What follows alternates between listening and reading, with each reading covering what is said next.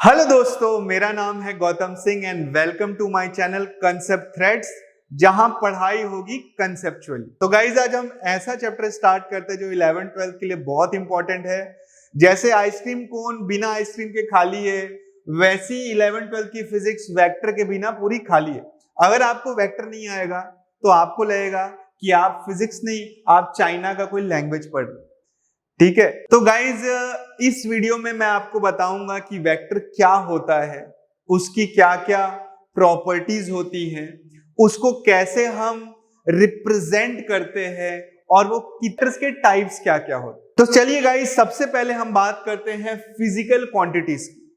तो कोई भी ऐसी क्वांटिटी जो कि आप मेजर कर सकते हैं, इसको हम फिजिकल क्वांटिटी बोलते हैं। जैसे किसी चीज की लेंथ हुई, टाइम हुआ, टेम्परेचर हुआ, स्पीड हुआ, डिस्टेंस हुआ, कोई भी चीज जो आप मेजर कर सकते हैं, इसको फिजिकल क्वांटिटी बोलते हैं। इसके बाद गाइस, फिजिकल क्वांटिटी का जो एक मेजर क्लासिफिकेशन होता है, वो होता है scalar quantities and vector quantities. अब स्केलर क्वांटिटीज क्या होते हैं? कोई भी ऐसी फिजिकल क्वांटिटी जिसके पास केवल और केवल मैग्नीट्यूड है लेकिन कोई डायरेक्शन नहीं है, ऐसी क्वांटिटी को हम स्केलर क्वांटिटी बोलते हैं। जैसे फॉर एग्जांपल मास के बारे में हम बात करें तो मास मान लीजिए 5 kg, तो इस 5 को ही हम मैग्नीट्यूड बोलते हैं। अब स्केलर क्वांटिटी के पास डायरेक्शन क्यों नहीं होता? बहुत ही आसान है, ये क्वांटिटी केवल मैग्नीट्यूड से ही वेल डिफाइंड है, इसको डायरेक्शन की जरूरत ही नहीं। जैसे फॉर एग्जांपल आपके घर में बारिश का माहौल है, मम्मी को आलू गुंडा बनाना है, आपको बोली कि जा बेटा 5 kg आलू लेके। तो आप दुकान गए और आपने बोला कि भैया 5 kg आलू दीजिएगा इन नॉर्थ डायरेक्शन। तो आप थोड़ा फिजिक्स पढ़ के गए, आपको लगा थोड़ा सा इसको मैं दिमाग दे दूं, तो वो दुकानदार आपको खलबट्टा फेंक के मारेगा, क्योंकि बस 5 किलो से ही उसको समझ में आ गया कि आपको क्या चाहिए। तो ऐसी क्वांटिटीज जो केवल मैग्नीट्यूड से ही वेल डिफाइंड है, जिसको डायरेक्शन की जरूरत ही नहीं है, ऐसी क्वांटिटी को हम स्केलर क्वांटिटीज बोलते हैं। और गाइस, कुछ ऐसी क्वांटिटीज होती हैं स्केलर क्वांटिटीज के अलावा जो बिना डायरेक्शन के वेल डिफाइंड नहीं होते, तो ऐसे क्वांटिटीज को हम वेक्टर क्वांटिटी बोलते हैं। तो वेक्टर क्वांटिटी होने के लिए 3 चीजें होनी चाहिए। पहला, उसके पास मैग्नीट्यूड है। दूसरा, ऐसे क्वांटिटी जिनके पास डायरेक्शन है, और साथ ही साथ वो parallelogram law of vector addition को फॉलो करें।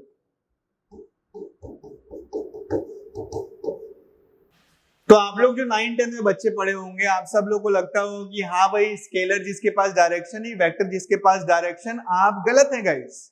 वेक्टर होने के लिए 3 चीजें होनी चाहिए। ऐसी क्वांटिटी जिसके पास मैग्नीट्यूड हो, डायरेक्शन हो, और साथ ही साथ वो parallelogram law of vector addition follow करना चाहिए। जैसे फॉर एग्जांपल हम लोग क्लास 10th में पढ़े थे करंट। करंट के पास मैग्नीट्यूड तो होता ही है, हर क्वांटिटी के पास मैग्नीट्यूड होता है, और उसके पास डायरेक्शन भी होता है। लेकिन करंट जो है वो स्केलर क्वांटिटी है गाइस, वो वेक्टर क्वांटिटी नहीं होता है। और इसका कारण क्या है कि वो parallelogram law of vector addition follow नहीं करते।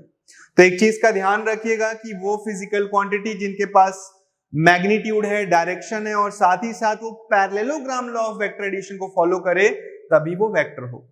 ठीक है, तो वेक्टर के कई सारे एग्जांपल हैं, जैसे कि फोर्स हो गया, एक्सेलरेशन हो गया, टॉर्क हो गया, और भी बहुत सारी चीजें। और वैसी स्केलर क्वांटिटी में मास हो गया, ठीक है, टेम्परेचर हो गया, स्पीड हो गया, और भी बहुत सारी चीजें।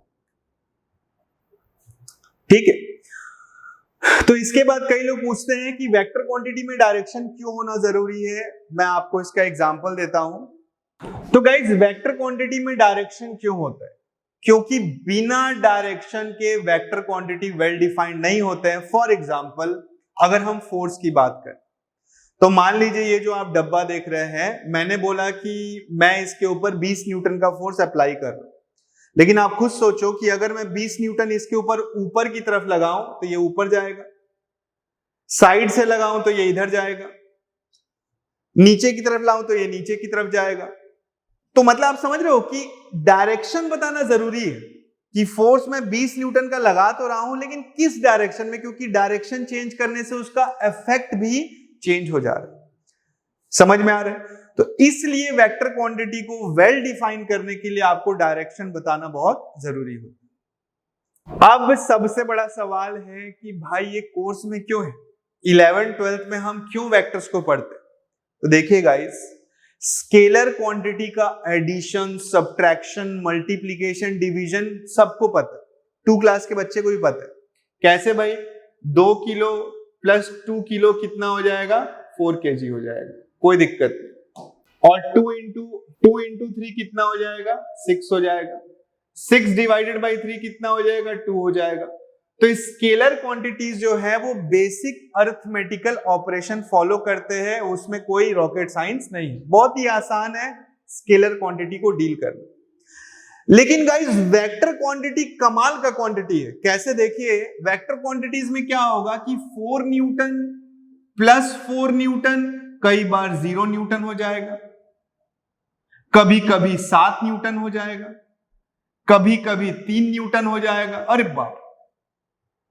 और वैसे ही मल्टीप्लीकेशन के भी केस में, जैसे कि for example 4 Newton dot 4 Newton करेंगे तो कभी कभी ये 0 हो जाएगा, कभी कभी 16 हो जाएगा, कभी कभी 15 हो जाएगा। तो आपको समझ में आ रहा होगा कि वेक्टर क्वांटिटीज का जो ऑपरेशंस है वो स्केलर से बहुत अलग है। तो वेक्टर क्वांटिटी को जोड़ने का तरीका, मल्टीप्लाई करने का तरीका, सब्ट्रैक्ट करने का तरीका कुछ अलग होता है, वो आपको सीखनी पड़ती है। बिना वो जाने आप एडिशन सब्ट्रैक्शन नहीं कर सकते। और 11th 12th में वेक्टर क्वांटिटीज का भरमार है, तो जब आप उसको फॉर्मूलेज में डालेंगे, उनके साथ डील करेंगे, तो वेक्टर्स के बारे में जानना चाहिए आपको। और साथ ही साथ जो बेसिक ऑपरेशंस होते हैं जैसे कि मल्टीप्लिकेशन, सब्ट्रैक्शन और एडिशन, ये भी रूल्स आपको पता होना चाहिए कि वेक्टर में एडिशन, सब्ट्रैक्शन, मल्टीप्लिकेशन कैसे करते। तो इसीलिए गाइज हम ये चैप्टर पढ़ते हैं, वो भी एकदम शुरुआत में 11th 12th की। तो गाइज अब हम लोग पढ़ते हैं कि वेक्टर को हम रिप्रेजेंट कैसे करें, वेक्टर का रिप्रेजेंटेशन हम कॉपी में कैसे करें। तो सबसे पहले हम देखते हैं गाइज सिंबॉलिक रिप्रेजेंटेशन। जैसे कि ये जो सिंबल आप देख रहे हैं वो सिंबल है पीस का। तो सिंबॉलिक रिप्रेजेंटेशन, अब देखते हैं कि वेक्टर को सिंबॉलिकली हम कैसे रिप्रेजेंट करते हैं। देखिए, m for mass and v for velocity, ये स्केलर क्वांटिटी है और ये एक वेक्टर क्वांटिटी। लेकिन केवल सिंबल देख के हमको समझ नहीं आ रहा है कि इसमें से कौन स्केलर है और कौन वेक्टर। तो इसीलिए कोई भी वेक्टर क्वांटिटी के ऊपर हम एक ऐसे एरो साइन लगा देते, तो इससे हमको ये समझ में आता है कि ये जो भी क्वांटिटी है इसके पास मैग्नीट्यूड भी है और डायरेक्शन। कई बच्चे बोलते हैं सर हम डायरेक्शन को ऐसे भी कर सकते हैं क्या, इसके भी बजाय? तो गाइस ये सिंबल है ना यार, सिंबल तो हमेशा फिक्स्ड होता है ना। अब मैं कहीं बोलूं कि सर इसके जगह मैं उल्टा साइन बना दूं क्या, ऐसा थोड़ी ना होता। तो सिंबॉलिकली एक वेक्टर के ऊपर हम एक एरो लगाते हैं जिससे हमको ये समझ में आता है कि ये जो भी फिजिकल क्वांटिटी है इसके पास डायरेक्शन। नेक्स्ट, इसके बाद गाइस वेक्टर को ग्राफिकली भी रिप्रेजेंट कर सकते हैं, ये काफी अनोखी बात है। और वेक्टर के लगभग हर सवाल में हम वेक्टर को दो अप्रोच से सोचते हैं, ग्राफिकल वे एंड न्यूमेरिकल वे। तो हम एडिशन, सब्ट्रैक्शन, मल्टीप्लिकेशन ग्राफिकल तरीके से भी देखेंगे और न्यूमेरिकल तरीके से भी देखेंगे। 11th के स्टार्टिंग में थोड़ा अजीब लगता है कि क्या क्या चैप्टर है भाई, लेकिन धीरे धीरे आप इससे थोड़ा यूज्ड टू हो जाएंगे। तो वेक्टर को ग्राफिकली हम एक एरो से रिप्रेजेंट करते हैं। तो वेक्टर के पास दो चीज होता है, मैग्नीट्यूड एंड डायरेक्शन। डायरेक्शन तो देख के आपको समझ में आ रहा होगा कि ये तो डायरेक्शन बता रहा है, एरो ही आपको क्या बता दे रहा है, डायरेक्शन ऑफ वेक्टर। और इसका जो ये लेंथ होता है गाइस, इसका जो ये लेंथ होता है ये प्रोपोर्शनल टू मैग्नीट्यूड होता है। प्रोपोर्शनल टू मैग्नीट्यूड का मतलब है कि अगर मान लो इतना लेंथ 5 न्यूटन रिप्रेजेंट कर रहा है तो इससे डबल लेंथ जो है वो 10 न्यूटन रिप्रेजेंट करेगा, इससे ट्रिपल लेंथ आपका 15 न्यूटन रिप्रेजेंट करेगा। तो वेक्टर को ग्राफिकली एक एरो से रिप्रेजेंट करते हैं, डायरेक्शन तो एरो आपको खुद बता रहा है और मैग्नीट्यूड इसके लेंथ के प्रोपोर्शनल। ये जो इसका माथा देख रहे हैं इसको हम लोग हेड बोलते हैं, और ये जो इसकी पुच्छी दिख रही है इसको हम लोग टेल बोलते हैं।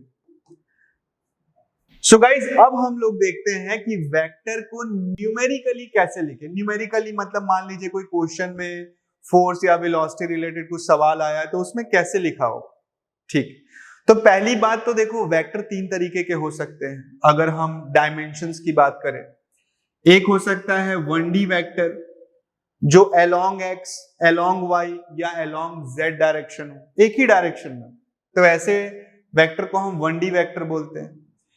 2D वेक्टर्स जिनके डायरेक्शन को डिफाइन करने के लिए आपको 2 एक्सिस की मदद लगे, एक्स वाई एक्सिस या वाई जेड एक्सिस या जेड एक्स एक्सिस, जो कि प्लेन में होते हैं। जैसे ये देखिए, ये एक 2D वेक्टर जो प्लेन ऑफ पेपर में आप ऐसे ड्रॉ करते हैं।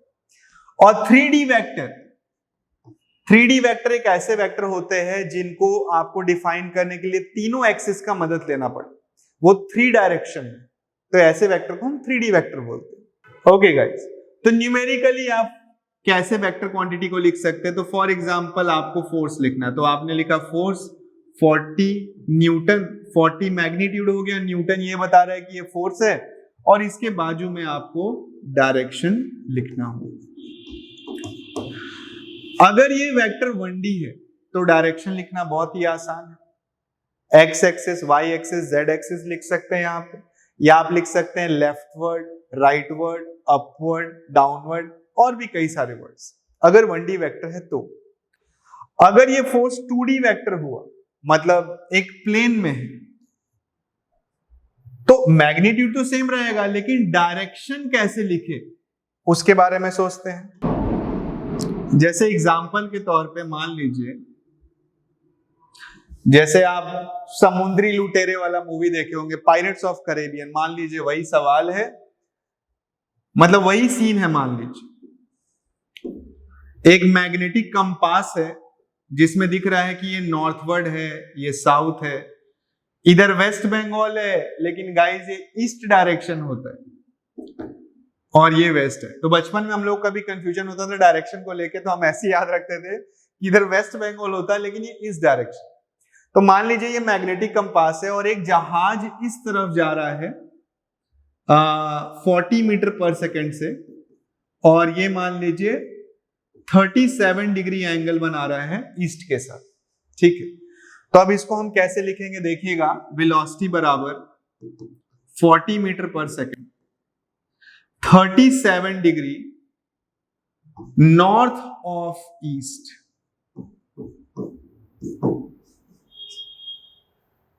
37 डिग्री नॉर्थ ऑफ ईस्ट, यही आपका डायरेक्शन। तो देखो इंग्लिश बहुत फनी लैंग्वेज है, मेरे को तो बहुत फनी लगता है, जैसा हम लोग को लगता है वैसा होता नहीं है। तो नॉर्थ ऑफ ईस्ट को ना आप उल्टा पढ़िए, इसको ऐसे देखेंगे, नॉर्थ ऑफ ईस्ट का मतलब होता है ईस्ट से नॉर्थ की ओर, ईस्ट से नॉर्थ की ओर 37 डिग्री। तो इस ये जो सेंटेंस आप देख रहे हैं इसका मीनिंग ये होता है, लिखते सीधा है लेकिन पढ़ते इसको उल्टा है। ठीक है, एक और एग्जांपल देख लीजिए। मान लीजिए कोई इधर फोर्स लगा रहा है 40 न्यूटन का और ये एंगल 30 डिग्री, तो हम इसको कैसे लिखेंगे देखिए। फोर्स बराबर 40 न्यूटन 30 डिग्री, क्या पढ़ेंगे जी, ईस्ट ऑफ साउथ, साउथ से ईस्ट की ओर 30 डिग्री। तो ये मैग्नीट्यूड हो गया और ये डायरेक्शन हो गया। तो ये 2D वेक्टर के डायरेक्शन लिखने का एक तरीका है। एंड गाइस 3D वेक्टर को आपको न्यूमेरिकली रिप्रेजेंट करने के लिए यूनिट वेक्टर सीखना पड़ेगा, जो आगे हम लोग सीखेंगे। यूनिट वेक्टर के थ्रू आई cap, j cap, k cap की मदद से आप 3D वेक्टर को भी न्यूमेरिकली रिप्रेजेंट कर सकते हैं। तो आप लोग को होपफुली ये समझ में आया होगा कि वेक्टर को सिंबॉलिकली कैसे रिप्रेजेंट करते हैं, ग्राफिकली कैसे रिप्रेजेंट करते हैं और न्यूमेरिकली वेक्टर को कैसे हम रिप्रेजेंट करते हैं। तो चलिए गाइज, इसके बाद वेक्टर के कुछ प्रॉपर्टीज देखेंगे, ज्यादा प्रॉपर्टीज नहीं है और बहुत इजी टू रिमेंबर।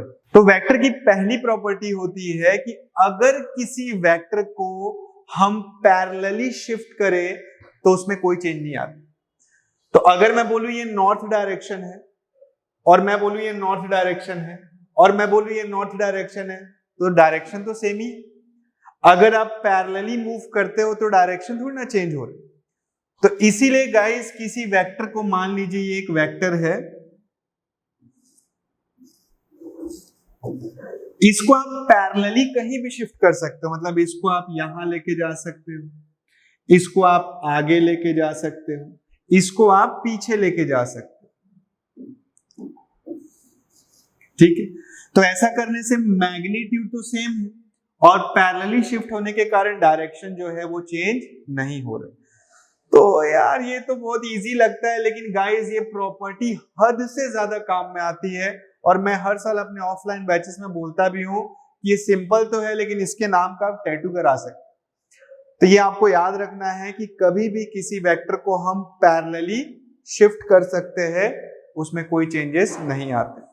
तो सेकंड प्रॉपर्टीज बहुत ही आसान है, लॉजिकली तो आप ऐसे ही समझ सकते हैं। सेकंड प्रॉपर्टी ये बोलता है कि अगर किसी वेक्टर को हम 360 डिग्री घुमा दे तो वेक्टर वही का वही रहता है। तो एकदम सही बात है, अगर मान लीजिए ये कोई वेक्टर है, इसको आप 360 डिग्री घुमाओगे तो वही वेक्टर रहेगा। ये तो बहुत इजी है, प्रॉपर्टीज को लिखना भी नहीं था, खामखा आपके नोट्स का साइज बढ़ गया। चलिए आगे बढ़ते हैं। तो गाइस, तीसरा प्रॉपर्टी जो है इसका न्यूमेरिकल्स में या रियल लाइफ में ज्यादा काम नहीं है, लेकिन एज ए स्टेटमेंट किसी एग्जाम में आ सकता है। तो इस प्रॉपर्टी के हिसाब से अगर आप रेफरेंस एक्सिस मतलब जिसकी मदद से आपने वेक्टर को डिफाइन किया है, उसके मैग्नीट्यूड को और उसके डायरेक्शन, तो अगर आपने रेफरेंस एक्सिस को मूव किया या टिल्ट किया तो वेक्टर सेम रहेगा, उसके कंपोनेंट चेंज हो सकते हैं। कंपोनेंट का मतलब है जैसे कि मान लीजिए ये फोर्स है 10 न्यूटन का, तो इसका एक्स एक्सिस में कुछ तो भी कंपोनेंट आएगा, ये देखो, और वाई एक्सिस में कुछ तो भी कंपोनेंट आएगा। इसके बारे में हम इन डेप्थ थोड़ा आगे पढ़ेंगे। अभी कंपोनेंट का मतलब आप समझ लीजिए projection along x axis and y axis and z axis. इसके बाद चलिए एक हम बहुत इंपॉर्टेंट चीज देखेंगे और वो है एंगल बिटवीन टू वेक्टर। दो वेक्टर के बीच में एंगल कैसे निकाल। जैसे एग्जांपल के तौर पे ये मान लीजिए ये ए वेक्टर है और ये बी वेक्टर है और ये वाला एंगल दिया है 120 डिग्री। तो बच्चे बोलेंगे सर इसमें कौन सी बात बड़ी बात है, मतलब इनके बीच का जो एंगल है वो तो 120 डिग्री दिख रहा है, अंधे को भी दिख जाएगा। तो गाइज यही ट्रिक है, मैंने इस चैप्टर के शुरुआत में ही बोला था कि भैया ये वेक्टर है, हर चीज इसकी निराली। तो इवन एंगल निकालने के लिए भी इसके अपने सेट ऑफ रूल्स हैं। क्या रूल है? तो सबसे पहला चीज है कि कभी भी आपको वेक्टर दिखे तो पहले आपको टेल टेल कॉम्बिनेशन बनाना पड़ता है। आपको यहां पे क्या कॉम्बिनेशन दिख रहा है? Head tail. आपको क्या करना पड़ेगा? टेल टेल कॉम्बिनेशन बनाना पड़ेगा। तो इसके लिए आप क्या कर सकते हैं? प्रॉपर्टी नंबर 1 यूज कर लेंगे। आप वेक्टर को पैरेलली ट्रांसफर कर सकते हैं, इसको इधर ला सकते हैं या इसको इधर ला सकते हैं। तो हम क्या करेंगे, टेल टेल कॉम्बिनेशन बनाने के लिए इसको आगे की तरफ ऐसे ले जाएंगे। ये है ए वेक्टर और ये है बी वेक्टर। तो पहला स्टेप तो हो गया भैया, टेल टेल कॉम्बिनेशन हमने बना दिया। दूसरा है कि आपको यहां पे दो एंगल दिखेंगे, बिल्कुल दिख रहे हैं। एक ये वाला एंगल दिख रहा है और दूसरा ये बड़ा वाला एंगल दिख रहा है, ठीक है। थर्ड स्टेप है smaller of the two angle is the angle between vector. तो इसमें छोटा वाला एंगल कौन सा है? ये। तो यही angle between a and b. तो इसको निकालने के लिए हम लीनियर पेयर का इस्तेमाल कर सकते हैं। ये देखिए, ये अगर 120 है, ये पूरा एंगल कितना होगा? 180।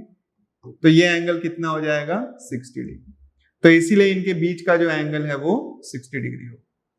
ठीक है, तो 3 सिंपल स्टेप है। टेल टेल कॉम्बिनेशन कीजिए, उसके बाद 2 एंगल आपको दिखेंगे, उसमें से छोटा वाला एंगल जो होगा वही एंगल बिटवीन 2 वेक्टर्स होगा।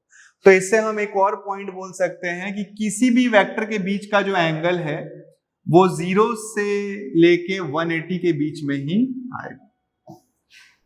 अगर कोई बोला कि 2 वेक्टर के बीच का एंगल 210 डिग्री है तो वो गलत बोल रहा है। ठीक है, इस चीज का ध्यान रखिए।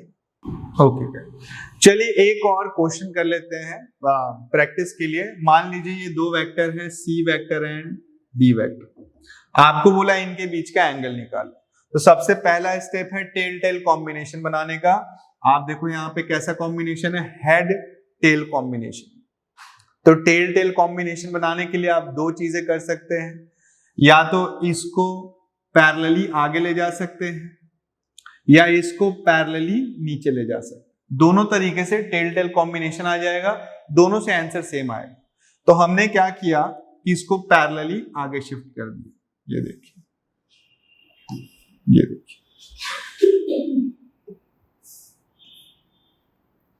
ठीक है।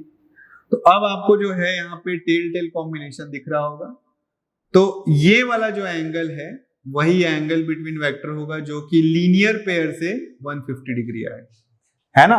अगर ये पूरा 180 है और ये 30 है तो ये एंगल कितना आएगा 150। ठीक है, तो अभी हमने 2 चीजें पढ़ा, दोनों बहुत इंपॉर्टेंट है कि 2 वेक्टर के बीच में एंगल कैसे निकालते हैं और कुछ प्रॉपर्टीज ऑफ वेक्टर। इसके बाद चलिए हम देखते हैं टाइप्स ऑफ वेक्टर।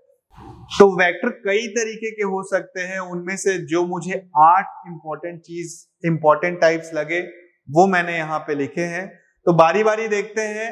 ये सारे टाइप्स को एकदम रटना नहीं है, इसमें से केवल 1 या 2 वेक्टर इंपॉर्टेंट है, बाकी वेक्टर्स को ध्यान में रखना, एकदम ऐसा रट्टाफिकेशन नहीं करना। तो देखिए पहला वेक्टर होता है इक्वल वेक्टर। ठीक है, आप थोड़ा सा कंसेप्चुअली सोचिएगा आप सब लोग। मान लीजिए एक वेक्टर है ए और एक वेक्टर है बी। अगर मैं आपसे सवाल पूछूं कि ये वेक्टर इक्वल होने के लिए क्या क्या होना चाहिए, तो सब बच्चे बोलते हैं कि सेम मैग्नीट्यूड होना चाहिए। बिल्कुल सही बात है, दोनों का मैग्नीट्यूड क्या होना चाहिए, सेम होना चाहिए। दूसरा, सेम डायरेक्शन होना चाहिए। बिल्कुल सही, ठीक है। तो एकदम आप सही बोल रहे हैं कि 2 वेक्टर इक्वल होने के लिए अगर सेम मैग्नीट्यूड है और सेम डायरेक्शन है तो दोनों वेक्टर इक्वल हो जाएंगे। तो ये बिल्कुल गलत आंसर है गाइस। देखिए सही क्या है, मतलब ये पार्शियली करेक्ट है, एक पॉइंट अभी भी मिसिंग है। क्या मिसिंग है, देखिए अगर मैं 2 वेक्टर को ऐसे रिप्रेजेंट कर रहा हूं, ये 5 मीटर पर सेकेंड है और ये 5 न्यूटन है। दोनों का मैग्नीट्यूड सेम है और दोनों का डायरेक्शन भी सेम है, लेकिन एक वेलोसिटी है तो दूसरा फोर्स है। वेलोसिटी और फोर्स इक्वल कब से होने लगे? तो तीसरा पॉइंट भी आना चाहिए कि सेम फिजिकल क्वांटिटी भी होना चाहिए। सेम फिजिकल क्वांटिटी भी होना चाहिए। तो 2 वेक्टर इक्वल कब होंगे? जब उनका मैग्नीट्यूड सेम हो, सेम डायरेक्शन हो और सेम फिजिकल क्वांटिटी होने चाहिए। इसके बाद दूसरा तरह का वेक्टर है पैरेलल वेक्टर। तो पैरेलल वेक्टर बहुत ही इजी है, नाम से ही समझ में आ रहा है। पैरेलल वेक्टर का मतलब है ऐसे कोई भी वेक्टर जो कि सेम डायरेक्शन, जिनके बीच का एंगल कितना हो 0 डिग्री, तो उनको हम क्या बोलेंगे? पैरेलल वेक्टर बोलेंगे। एंटी पैरेलल जैसे नाम से ही समझ में आ रहा है, अगर एक वेक्टर इधर है और दूसरा वेक्टर इधर है तो इसको हम एंटी पैरेलल वेक्टर बोलेंगे। इनके बीच का जो एंगल होगा वो 180 डिग्री होगा।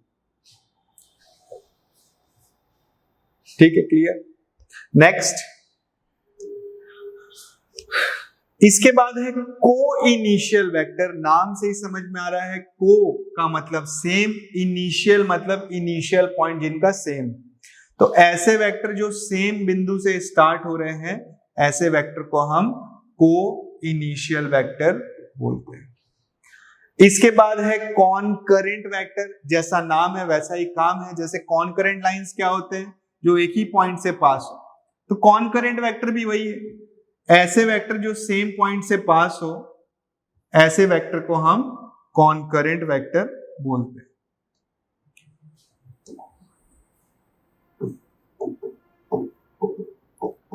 ठीक है। इसके बाद है नेगेटिव वेक्टर। ये एक इंपॉर्टेंट वेक्टर है। देखिए नेगेटिव वेक्टर का मतलब है, अगर मान लीजिए ये ए वेक्टर, तो इसका नेगेटिव वेक्टर क्या हो, तो नेगेटिव वेक्टर का बस डायरेक्शन क्या हो जाएगा, अपोजिट हो जाएगा। तो अगर एक वेक्टर ए है तो उसका नेगेटिव वेक्टर क्या होगा, माइनस ए, बस उसमें डायरेक्शन रिवर्स हो जाएगा, बाकी सारी मैग्नीट्यूड सेम रहेगी। समझ रहे हैं? इसके आगे है गाइस कोप्लेनर वेक्टर। अगेन को का मतलब होता है सेम, प्लेनर मतलब एक ही प्लेन में, तो एक ही प्लेन में आने वाले वेक्टर्स को हम कोप्लेनर वेक्टर बोलते हैं। जैसे ये जो आप बोर्ड देख रहे हैं ये एक प्लेन है, तो ये सारे वेक्टर आप जो देख रहे हैं ये सब के सब इसी प्लेन में लाई कर रहे हैं, तो इसीलिए हम इनको क्या बोलेंगे, कोप्लेनर वेक्टर बोलेंगे। ठीक है। इसमें दो इंपॉर्टेंट पॉइंट है, याद रखिएगा। पहला पॉइंट है कि two vector are always coplanar. तो ये पॉइंट याद रखना है आपको कि दो वेक्टर जो होते हैं वो हमेशा सेम प्लेन में लाई करते हैं। जैसे फॉर एग्जांपल ये दो मार्कर है, ये दो वेक्टर को रिप्रेजेंट कर रहे हैं, तो आप बोलेंगे सर ये तो सेम प्लेन में नहीं है, अभी अपने पॉइंट लिखा है कि दोनों सेम प्लेन में आने चाहिए। तो मैंने आपको एक प्रॉपर्टी बताई थी जिसके तहत हम किसी भी वेक्टर को पैरेलली शिफ्ट कर सकते हैं। तो दो वेक्टर को शिफ्ट करके कभी भी आप एक प्लेन में ला सकते हैं। तो इसी से ये याद रखना है कि दो वेक्टर हमेशा किस में रहते हैं, सेम प्लेन में रहते हैं। नेक्स्ट पॉइंट है 3 और more than 3 vector may or may not be in the same plane.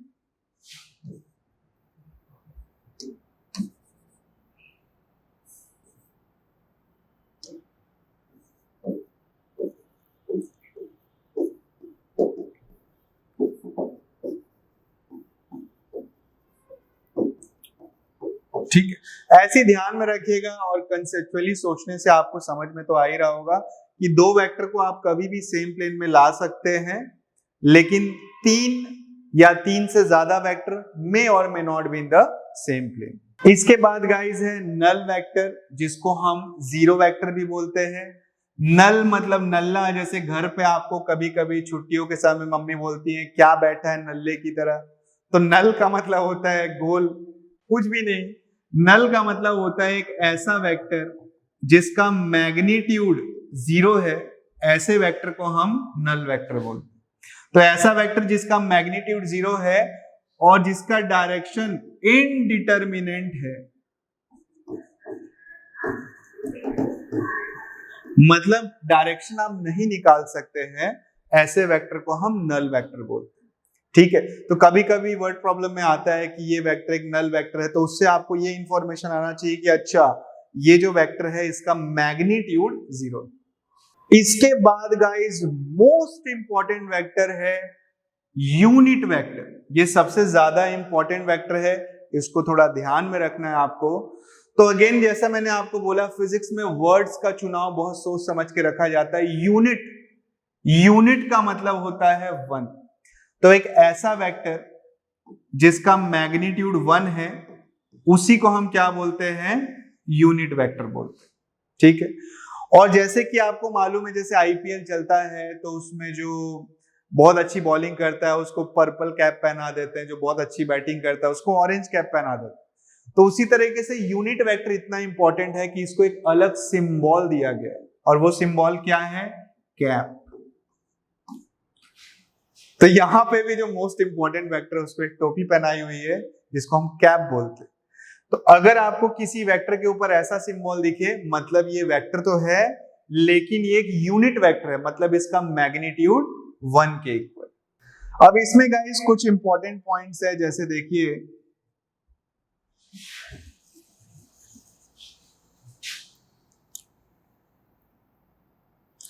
पहली चीज तो ये जो मैंने आपको यहां पे भी बताया कि किसी भी वेक्टर का अगर मैग्नीट्यूड 1 है तो उसको हम लोग क्या बोलते हैं, यूनिट वेक्टर बोलते हैं। दूसरा, किसी भी वेक्टर को आप यूनिट वेक्टर में चेंज कर सकते हैं। आप खुद सोचो ना भाई मोरे कि अगर 10 न्यूटन का फोर्स है, अगर 10 के जगह उसको 1 बनाना है तो क्या करेंगे, 10 से डिवाइड कर देंगे।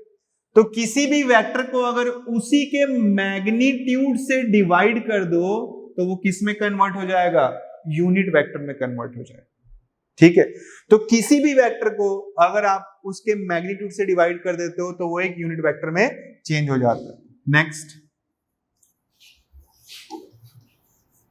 तीसरी चीज गाइस देखिए, थर्ड पॉइंट, इसी वेक्टर को मैं ऐसे लिख सकता हूं, कुछ नहीं किया मैंने, इसी को मल्टीप्लिकेशन फॉर्म में ऐसे लिख दिया। तो ऐसे लिखने से हमको ये समझ में आ रहा है कि ये एक वेक्टर है, ये मैग्नीट्यूड है, मतलब ये क्या रिप्रेजेंट करेगा, डायरेक्शन को रिप्रेजेंट करेगा। तो unit vector represent direction of any vector. तो ऐसे बहुत समय आएगा जब आपको वेक्टर का केवल डायरेक्शन चाहिए होगा, मैग्नीट्यूड नहीं चाहिए होगा, तो आप क्या करेंगे, उस वेक्टर का यूनिट वेक्टर निकाल लेंगे। ठीक, समझ रहे हैं आप। और यूनिट वेक्टर में ही गाइस एक आखिरी पॉइंट भी है, बाद में भी पढ़ा सकते हैं लेकिन अभी देख लीजिए, स्टैंडर्ड यूनिट वेक्टर।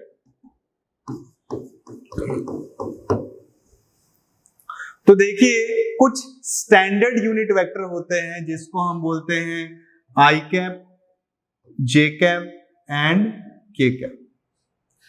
ठीक है, आई कैप जो होता है वो unit vector along positive x axis, और वैसे ये same along positive y axis, और ये unit vector along z axis हो जाएगा।